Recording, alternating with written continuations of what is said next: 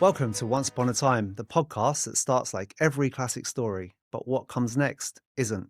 I'm Scott Brown. And I'm Jamie Love. And each week we ask our guests to pick 3 stories that shaped who they are and how they got there. This week's guest is a singer-songwriter whose voice has been streamed over 1 billion times. And she's been the soundtrack of your summer for over a decade with hits like I Got You, like with Duke Jamont, More Than Friends with James Hype. It's Kelli-Leigh. Hey, Hiya. how's it going? Good, how are you? Good, thank you. Thanks for having me. Well, Thanks thank you for so much for coming. being on the show. Yeah, it's lovely to be here, everybody. So for those who probably have heard your voice but Mm. haven't seen your face, Yes. what is your story? What is my story? Well, that's such a grand question. What is Start my big story? and then we Yeah, can... what is my purpose? Yes, I'm an artist and songwriter from South London. I've sung a few big dance records. My voice has been streamed over 1 billion times. I've sang 2 number ones, a top 10. One of those records was Grammy nominated. I set up my own label, Music Core, in 2018 to self-release. And yeah, that's kind of a snapshot of me. And here now with you. Awesome. And so where did it all start? So you're from London, Yes, South Londoner. South London, and was, I guess, music kind of, you were kind of brought up to be in music? Or? Yeah, absolutely.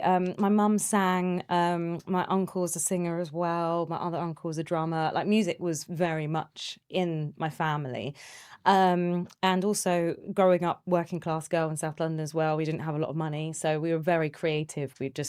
I would while away hours listening to music. Like, one of my mum's best friends at the time, he made me a Prince mixtape, so I was listening to Prince from a young age, and Whitney and Eternal and Destiny's Child, and all the greats. And I just fell in love with music and singing. It was part of my escapism and dreaming of a future bright life and all this kind of stuff. And yeah, I just was so drawn to it. There was nothing else that made me as excited as music did, and singing, and it just felt so natural to me. I mean, I obviously think I can sing. Yeah. I can't. Sing us a tune. I can't. Please don't. I can't hold a tune, That's okay. so that is fine.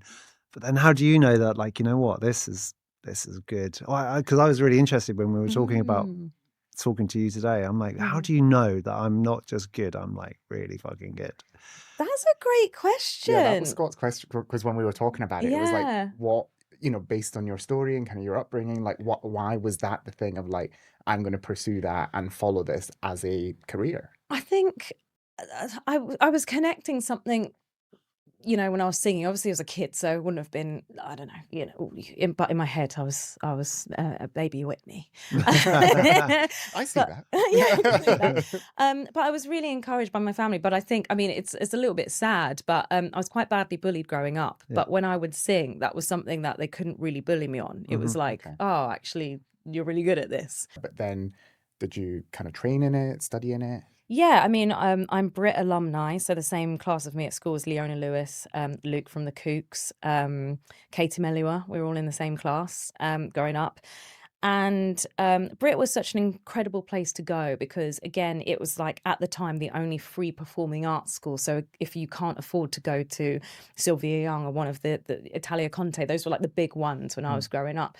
It was such a special place because you were suddenly surrounded by loads of amazingly talented people in different fields, either they were doing music or drama or dance or and yeah, that was an amazing place. I think the only thing I really discovered is that I think I started to learn to really perform when I left. Okay, interesting. Because when you're there, we would do things, we put on shows, and it's great because you do need to hone that and build that. But I remember one of my first gigs was literally doing Sunday lunch in a pub, and I was singing a Norah Jones record. I love Norah Jones so much, and I was Which singing one? that and "Come Away With Me." And that's very like sweet and come away with me in the night. Like, it's just so beautiful and pared back. And then you've got like people clinking their glasses and eating their food and blah, blah, blah, blah, blah. And like the guy I was with who was DJing at the time, I was like, it's so rude. People are talking. And he was like, it's Sunday lunch, your background music. be quiet and sing and just get on with your job. And it was like such a kind of like, Humbling. oh, humbling. Oh, this is real life. Okay, so I got to pay my bills by singing the songs, and nobody might be listening, but I got to do it anyway. So anyway, it was just, that was kind of an experience. And then you start realizing as you become a performer and you do these, you know, gigs in the middle of nowhere to like 4 or 5 people, and then the next minute you're doing like the O2. It's just such a random experience, and then you start honing your skill set as a performer. It's like, well, if you can still permeate something and connect to something and deliver in that space, then you're growing as a performer. So you said that you kind of felt like you developed more after leaving. Yeah. Because there's a particular structure that you have to go through that you feel bashes you into a shape, and then you're then free to become the creative that you were destined to be after you leave, because they've kind of roughed off the edges, and then you're like, right, now I can grow. Yeah, no, I don't think it's that. I think that the place was absolutely amazing, but I just think it gave you a full sense of security as a performer. Oh, okay. Because it was just like, well, for example, Katie Melua didn't audition at school for Mike Back, because that's who she was signed to. And sometimes at Brit they would have after school auditions and stuff, and people would go to them.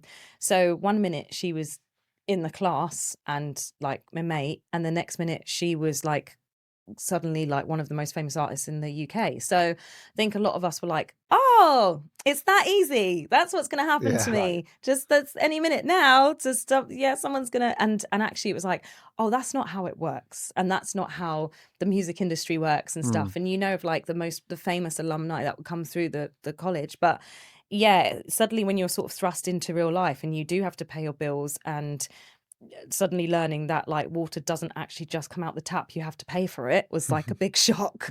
Choosing the path of performer, it is like drive up and down the M25 and go and sing in Birmingham, you know, for a corporate function, and then the next minute you're doing something really, really cool and artisty. And you know, that's where the real learning is, because it's kind of like, do you want it enough to and be is that doing you this? just grafting yourself, finding these gigs and figuring out, you know, I've got to work Monday to Friday, but then on Friday night I can get on the motorway, Saturday I've got a gig, and you know, just whizzing around. Yeah, and making it happen. I was with someone, and we kind of formed a duo, and we put out music, and then we did some open mic nights, and then there was a guy there, big up John, and John saw me performing, and he had a function band, and he asked if I would come and sing in the function band. So that was my first ever like function band and doing that kind of stuff. But I love that time because I really grew even more in terms of being a singer. Like suddenly you're singing Aretha, and then you're singing a bit of Kylie, and then you're singing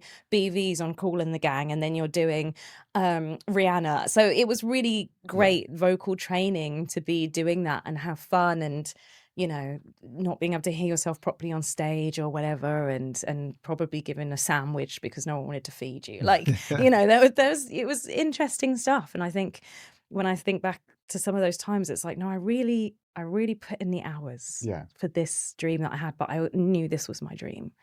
And with that, I guess, at what point then did you kind of go more into the BV backing vocalist side of things from that part? So I the quick version of this is I had some kind of music online or something, and I got spotted by a songwriter who asked me to sing a demo. And I started doing some jobs for him, and then he worked with someone who ended up being Richard Adlam, who's an amazing producer who works for Replay Heaven. So that's the sample recreation company. So that's how I ended up singing I Got You, I Want to Feel, Cry Just a Little for the Bingo Players. I was basically recreating Whitney or Toni Braxton or, you know, Brenda Russell for Piano in the Dark, Cry Just a Little. So I was the voice that was doing that and being put on dance records. And it happened to be the guy I was working with, Hal, he got asked by, at the time, Beggars XL, which was Adele's label, if he knew of some singers that could be BVs for Adele. And he put me forward, and that's when I got the job, and I did the 21 tour. But yeah, so it was amazing. And then I think also just watching her in that moment on stage, like the tour just was like from here, and then it just went, it just grew and it exploded into this, as we know, huge thing. And just to sort of see the inner workings of how that world works with management, with the label, with tour managers, with teams, with the band, the artist herself, it was just like, yeah, this is the life I want, but I Mm. know it's going to take a lot more work, and I'm a lot more self-belief within myself, because I also had a lot of very low self-esteem from being bullied growing up. So Mm. singing was my safety net. And I was very good at it, but there were still certain things which I wouldn't do. I wouldn't put myself forward for. Like, to this day, I hate open mics and like some of the like industry jam sessions I just wouldn't go to, because if I did go to it, I'd just end up feeling really self-conscious. If I did sing, I would always never sing to the best of my ability, because I would be so worried that people wouldn't think I was good enough. So that was a real like process within myself. It was like, it took me a while to become the artist and really start investing in myself, because I just was so scared and had the fear. But it did get to a point where I was like, well, it's now or never, you know? Mm. And is that then when, because obviously, so you were on tour with Adele, Yeah. and then did you carry on touring with Adele? So no, so she'd finished that tour and did some other bits and pieces, and ended up, you know, doing more session work. And then I did Leona's Glass Heart tour, Jessie J's Alive tour, and then throughout the Jessie J Alive tour, I had my car accident, and someone had pulled in front of me. And then throughout that tour, I ended up having a severely prolapsed L5S1 disc, a fractured pelvis. I couldn't walk properly. I couldn't complete the tour. And that was a really Were you horrible still experience. performing? I was performing throughout most of the tour because my injuries didn't present straight away. And then you're stood on stage stage. for an Y- hour and a half. We have a 2-hour show, 2 hour and we show. had like massive hills, and we were doing like Mm. hip movements and all Oh this kind my of stuff. God. So I was saying to people, I'm like, I don't feel great, but also at the same time, you're like a BV, you've got this role, so it's like, just do the job. But actually, I got misdiagnosed by a doctor again, and got told I was fine. And I had done BVs for Leona's Christmas album, Christmas with Love, and we were going to New York to do promo. And growing up, I'd watched Home Alone so many times. I was like, Yeah. I'm doing this. And Aidan was like, that is ridiculous. You're like on crutches, you can barely walk. I was like, I am going to New York. So I like hobbled myself to American Embassy, got my visa, and then fast forward, collapsed in Times Square after like our last performance. And Oh to my come home, my God. best friend Katie, who's also a BV, who now does Adele, she had to wheel me through the airport in New York, and just like, I shouldn't have done it at all. But I was like a workaholic, again, working class background, didn't want to miss out on paying any bills and stuff. And also Christmas in New York was like, Christmas my favorite time of year. Which now we know, because I have a whole Christmas EP. But yeah, it just it was just a lot of stuff. If we jump onto your books now, Yeah. obviously one of your first ones is Thank and Grow Rich. Yes. And it sounds like it's probably a time that you've just described that you could have benefited from some Yeah. kind of maybe shift in Absolutely. thinking. I think, but the thing is, so this book came a few years later after I'd set up the label. 2018 is when I discovered this book, because I'd sang More Than Friends to James Hype. I'd gone top 10, this time with my name on it, but no one wanted to sign me, and I set up my own label, and I was quite burnt out. I'd put out some songs and I'd invested a lot of money and just didn't know where to go. I was self-managing, doing it alone. And I ended up discovering this book. I can't actually remember how I discovered it, but to rewind, after my car accident and started to recover, I got asked to go back on tour with Adele. And I just knew that it was like now or never to become the artist I wanted to be, or stay a backing singer. And I think over those few years, because my voice had blown up through that period on I Got You and I Want to Feel and Love Too Deep for It on Redondo, so my voice was kind of everywhere. So it was like, this is the time to start investing like in myself and start taking a risk on myself. And I suppose, like, to fast forward those years, it was 2015 to 2018, there was lots of, I think, those kind of insecurities that I had as a child was coming back, because the music industry is one whole thing, but it's very different when you're in the session world, which is like being VV, to being an artist. And sort of coming into that world now, I was seeing a whole different dynamic at play. Like, there's a lot of egos and a lot of, you've got managements, you've got labels, you've got the artists, you've got, are you relevant enough, are you cool enough, are you talented enough? You've got all these things like coming at you at once, and it's kind of like, oh my goodness, like, well, my voice is everywhere, but I'm also being told I'm not relevant, or I haven't got backing, or I'm not cool enough, and suddenly you're faced with this new kind of juncture of stuff that you've got to like take on. And I think I got to a point where I was suddenly like, this just doesn't, I'm not, this doesn't feel great. Like I feel low, but that I've got so much success. I'm in a better place than I ever thought I would be career wise from where I've come from and my journey so far, but I'm not feeling fulfilled. And I remember finding this book and I started looking at manifestation, visualization, and being thankful. And the reason why I love this book, it was like this one's Think and Grow Rich, 30-day experiment in shameless gratitude and unabashed joy by Pam Grout.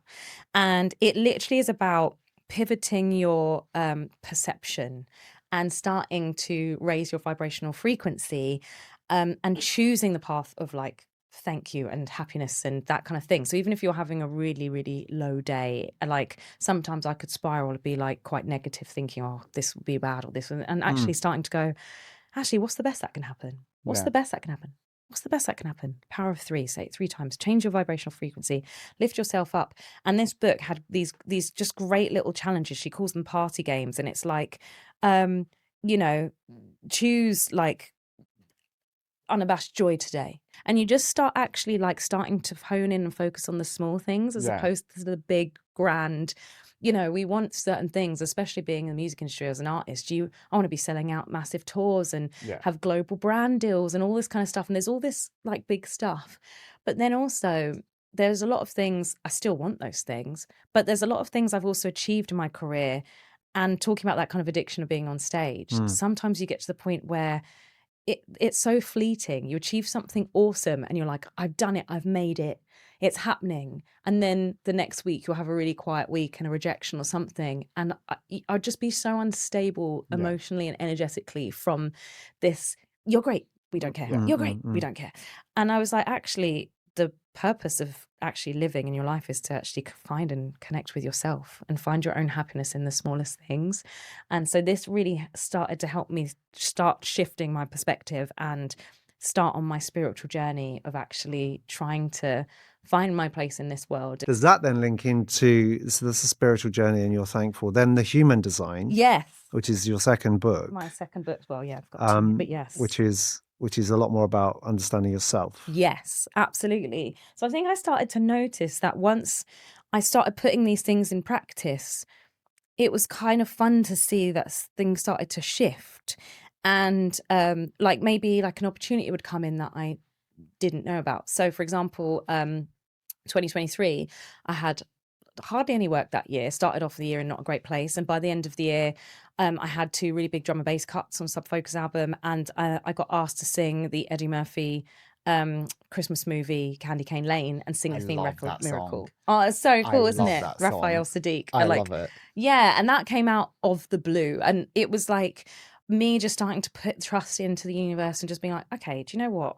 When I look back on my life and sort of see the struggles and stuff that have been difficult, something always works out.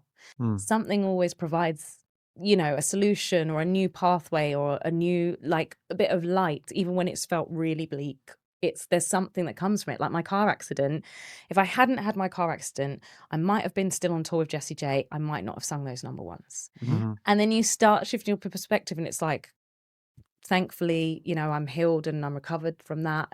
But it really also opened my world and I started to see different things and see where my value was and who valued me for me and who valued me for work and what session job would come of it or whatever. And when I learnt my human design, it absolutely blew my mind. So human design, very quickly, is it's a combination of astrology, I Ching, Kabbalah, Buddhism, chakras formed into one. And it's about how we nurture our nature and all the different types of humans in the world and how we can work together, how we can communicate, how we can understand ourselves better, and how we can understand each other better. So there's manifestors, generators, manifesting generators, reflectors, and projectors. I'm a manifesting generator. And when I saw my body graph and started understanding like my engaged chakras and my sacral, it's my gut instinct, again, like the Adele tour, when the tour manager said, like, it's a kind of all or nothing thing. not knowing now, but now knowing that my response is my sacral, my gut instinct, a yes or no will come to me, and I need to listen to that voice and not second guess it. I did the right thing in that moment, unknowing, you know, and then going through life, having moments where you do second guess yourself, or your gut instinct's going, this isn't right, but your brain's going, yeah, but you know, this person's cool, or the money seems good, or blah, blah, blah, but your sacral's going, oh my God, this isn't right. And then you do something which your gut instinct was like, I should never done that, and it doesn't work out well. It's literally that kind of thing. So the human design system ends up teaching you about yourself, and then how we can then work together as manifestors or generators. You've done yours now. You're a generator type. So generator types are doers, and they're here to move things on the world. So a manifestor will dream up an idea, and they'll need a generator type to make things happen, and then a projector will come along and be able to stand back and oversee things in a different way, and be able to go, actually you could do this and that. And manifesting generators, Jamie and I here, are a combination of the two. So our brain's going, we should do this, and then our generator cells going, let's just do it. To be honest, like, as someone, obviously I've known you now for years. Yeah. And I was saying this to you last week of like, I've seen that change in you. I think like, obviously we work together and then have been friends, and like I've seen that in like kind of all aspects of you, that change since I guess this connection happened. Yeah. Do you kind of know that? Do you see that in other relationships? I do, but I love, well, like we had dinner the other night, and I loved when you said that to me, and my sister said to me recently, and my best friend said it to me as well. And actually it means so much to me, because it means the work that I've been doing is then being felt, and I just feel generally happier. But I also feel like my coping mechanisms of life are a lot better. Like I was saying before, having a rejection in the music industry or something, I would just spiral and feel really, really low until I got that next, like, yay, you're good enough email, we're going to sign that song, or blah, blah, blah, blah, blah. And you start realizing, because you're shifting your perspective, that there's always stuff happening like in the world and for you out there if you just change your mindset. And that's a hard thing to do, but that's why I've been spending so much time studying it, because I think ultimately I've started realizing that by the time I die, hopefully whenever that is, and hopefully in a long time in the future, that I'd love to have achieved like self-mastery and like really understanding like who I am, and those voices of insecurities and doubts, especially that I had growing up, not feeling like I fit in, all kinds of stuff, that not becoming the thing that has controlled me anymore, and that actually, you know, losing the power. It's like a story of belonging. Yeah. Talking about belonging and kind of not fitting in, and the school times and that, that brings us on to your third book, which actually is different to the other two completely. Yeah. Which is The Seven Husbands of Evelyn Hugo. Taylor Jenkins Reid. Phenomenal writer. Tell us about it. So this was fun, because when you guys asked me to choose my books, obviously these are so deep in terms of like growth and spiritualism and all this kind of stuff. But girls gotta have a day off. So I can't remember how I stumbled on this book. I think I just liked the look of it on the bookshelf. And I think I was traveling somewhere, and I do like to read. I'm not a Kindle fan person, but that's because I'm like so much on my phone for social media and blah, blah, blah. This is like reading and holding the pages so tangible. It's like a little switch off space. And I ended up reading this incredible book. I'd never heard of Taylor Jenkins Reid before, but the premise of this book sounded incredible. It's basically an old Hollywood starlet who has 7 husbands. And I just also love the title of that, because that's very faux pas for a woman to have had, you know, 7 husbands, especially of the time as well.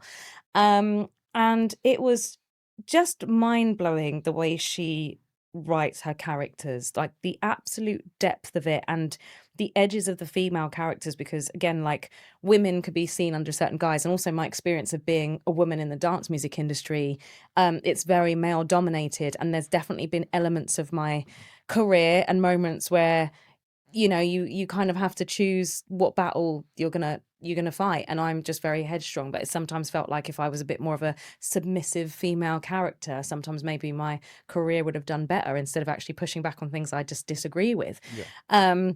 So I think I really love her writing, Taylor Jenkins Reid's writing. She writes female characters in this really powerful way, where they're not like always fluffy and nice. Actually, they've got their edges to them. They'll be furious or moody or mysterious, or you know, seem like a bit of a cow. What was also interesting, like again, the character is mixed race white passing, which is really interesting as that sort of comes into the book, and like growing up in that kind of time and Hollywood era as well, and just also identity of like colorisms and stuff I've grown up with being a mixed race girl and woman in London, and the things that we've experienced. I have a question on it Yeah. in terms of the journalist Yes, at the journalist start. character. Yeah. And I think, like, I don't know, I may be wrong, but different to you in a kind of similar way, where she is like, why me? Why are you Yes. picking me? Yes. She's clearly good enough Yes. to do what she's been tasked to do in the book. Yes. For you know, proofs in the pudding, she's done good work before, but she questions herself. Was a bit of a sense with you is like, I know I'm good enough, so why not me? I think where I am now was, I think I was kind of, why not me, but still had my insecurity around it. So I suppose that why not me was fueled with frustration again, and anger and disappointment, but then also still having low self-esteem.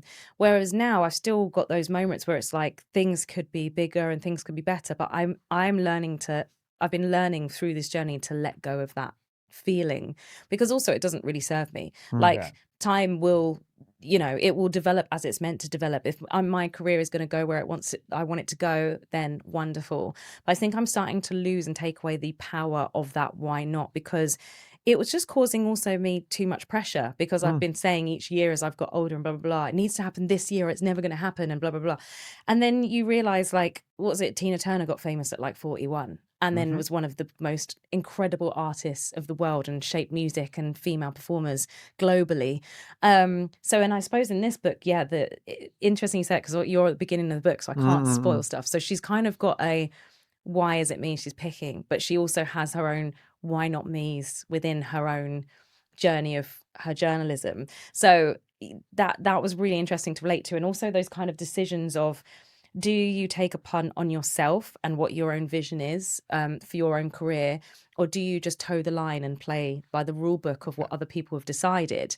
And I suppose I've never been that person. I've never been like, not that I won't toe the line, but if I believe in something and I feel like the space is good and it's authentic, then I'm there. But if I feel like there's disingenuine energy or something which it doesn't really reflect with me morally, I don't want to be in it. Even if it feels like that's the thing that will be the most successful, it's just coming back to like, that's not the right decision for me. So I think that's what the journalist also ends up having to make part of that decision in this book, which is really interesting as well, because you're reading it and you're seeing these two formidable female characters in their own ways trying to work each other out, with this kind of backstory of Evelyn's life and journey, and then the journalist's life and journey up to her, this point where she's at in this moment, and the decisions that we make in our lifetime. And are we being true to our authentic selves, or are we just towing the line of what the world tells us we should be? So obviously Legacy dropped late last year, which is your Yes, album. yes. But what can we expect from you this year?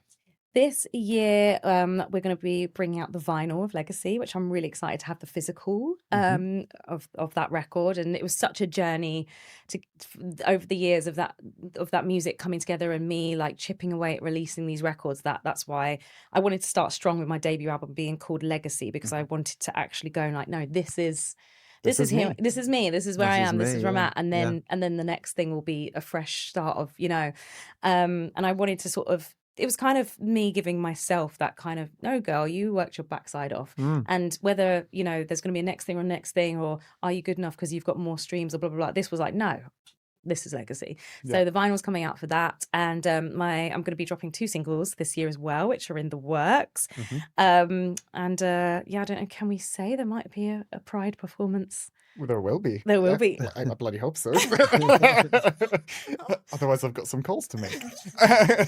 I'll be back at my fave, Edinburgh Pride. That's where you're also performing one of the singles. Yes, I'm going to be performing one of the singles there as well. Busy summer.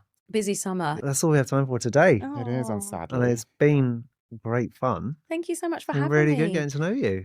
If you've been inspired by Kelli-Leigh's book choices, they are now available on our website at uponatimepod.com. And thank you for listening. Don't forget to subscribe to wherever you listen to your podcast. And if you want to see more of us, head over to our social media, Upon a Time Pod. Join us next week for another inspirational story.